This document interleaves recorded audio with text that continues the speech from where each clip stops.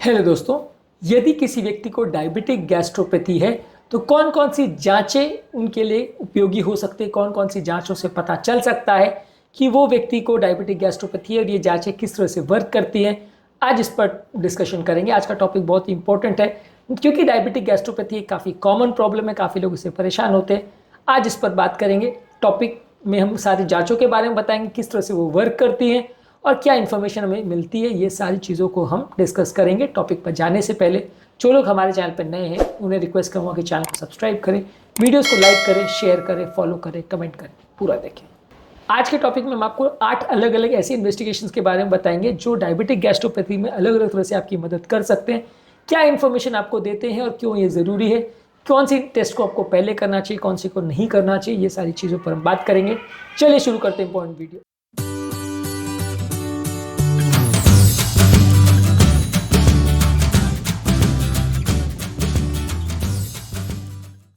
सबसे पहले gastric emptying scintigraphy, जिसमें एक स्पेसिफिक मील आपको दिया जाता है जिसमें एक रेडियो एक्टिव मटेरियल होता है और ये गामा कैमरा के माध्यम से खाने की मूवमेंट को ट्रैक किया जाता है। इसके बेसिस पे कितनी जल्दी या कितने धीरे खाना एम्प्टी हो रहा है उसको स्टैंडर्ड टाइम्स के हिसाब से कंपेयर किया जाता है। सॉलिड फूड के लिए और लिक्विड फूड के लिए कितना खाने की मूवमेंट की स्पीड है उसको ट्रैक किया जाता है। उसके बेसिस पे बताया जा सकता है कि डायबिटिक गैस्ट्रोपैथी है या नहीं।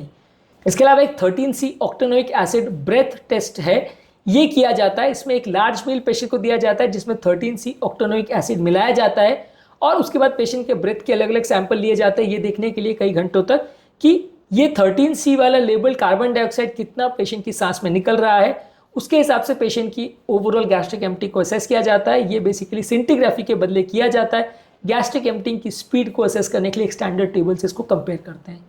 यही सब चीज़ों को असेस करने के लिए एक पिल कैमरा पेशेंट को खिलाया जाता है जो कि एक कैप्सूल जैसा रहता है। कैप्सूल पेशेंट को खिलाया जाता है और इसमें पीएच, उसका टेम्परेचर, उसका प्रेशर, पूरे जीआई ट्रैक्ट का मेजर किया जाता है। जैसे जैसे कैमरा नीचे की तरफ जाता है आप पेट की ओवरऑल कोई इंपॉर्टेंट इशूज़ तो नहीं है, ये सारी चीज़ों को भी असेस कर सकते हैं। ये बेसिकली एक वायरलेस पिल होता है जो अंदर जाता है और बाहर से आप एक तरह से ब्लूटूथ टेक्नोलॉजी, एक एडवांस टेक्नोलॉजी द्वारा इसको आप असेस कर सकते हो। कैमरे पे आपको दिखते जाता है इमेजेस और आप उसके बेसिस पे जज कर सकते हो कि पेशेंट को अंदर कुछ प्रॉब्लम है या नहीं।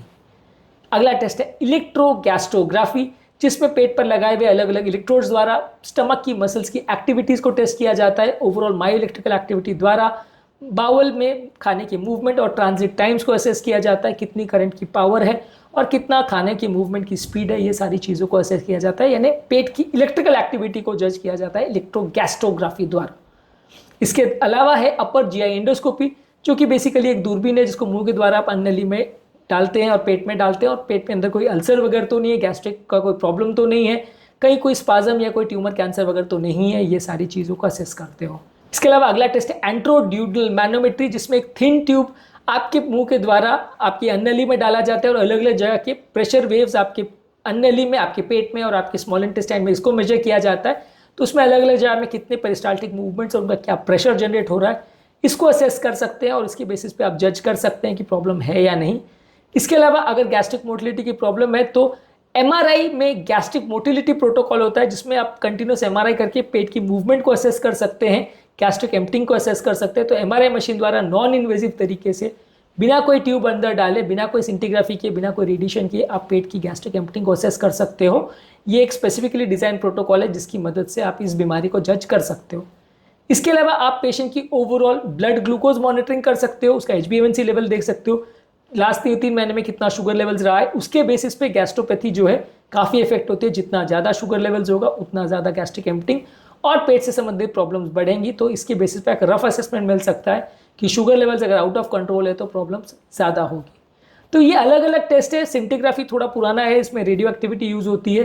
गैस्ट्रिक एम्प्टिंग को असेस करने के लिए जो ब्रेथ टेस्ट है वगैरह ये भी थोड़ा इनडायरेक्ट टेस्ट है, लेकिन ज़्यादातर जो इलेक्ट्रोगैस्ट्रोग्राफी है या मैनोमेट्री टेस्ट है उसमें डायरेक्टली आप प्रेशर को असेस कर सकते हो और इसके बेसिस पे आप थोड़ा ज़्यादा अच्छा इन्फॉर्मेशन ले सकते हो। इसके अलावा एमआरआई में भी कुछ मदद मिल सकती है, एंडोस्कोपी में या पिल कैमरा वाली टेक्निक में थोड़ी इंपॉर्टेंट जो विजुअलाइजेशन है वो सब चीज़ों में मदद मिल सकती है, क्योंकि कोई गठान वठान तो नहीं है, कोई स्पेसिफिक इशूज़ अलग अलग जगह पे तो नहीं है, ये सारी चीज़ों में मदद मिल सकती है। ग्लूकोज मॉनिटरिंग का जहाँ तक सवाल है वो एक बहुत ही इनडायरेक्ट असेसमेंट है, उससे ज़्यादा कुछ पता तो नहीं चलेगा, लेकिन आपको बस इतना पता चल जाए कि बीमारी कितनी एडवांस्ड है और पेशेंट को शुगर लेवल्स का कंट्रोल कैसा चल रहा है।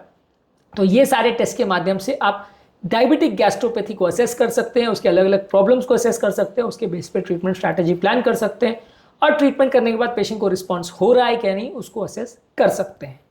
आज के टॉपिक में हमने बात करी गैस्ट्रोपैथी डायबिटीज से रिलेटेड जो होती है उसमें कौन कौन से टेस्ट यूज़ किए जाते हैं और क्यों।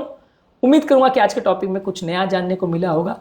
डायबिटिक गैस्ट्रोपैथी से संबंधित हमने काफ़ी वीडियोस किया जिसमें इस पर ओवरव्यू किया है, खाने के बेस्ट और वर्स्ट फूड प्रोडक्ट्स और टिप्स पर बात करी है, अलग अलग जांचें और अलग अलग ट्रीटमेंट पर बात करी है। ये सारे ही वीडियोस आपके लिए ज़रूरी है हर उस व्यक्ति के लिए जिनको डायबिटीज़ की प्रॉब्लम है।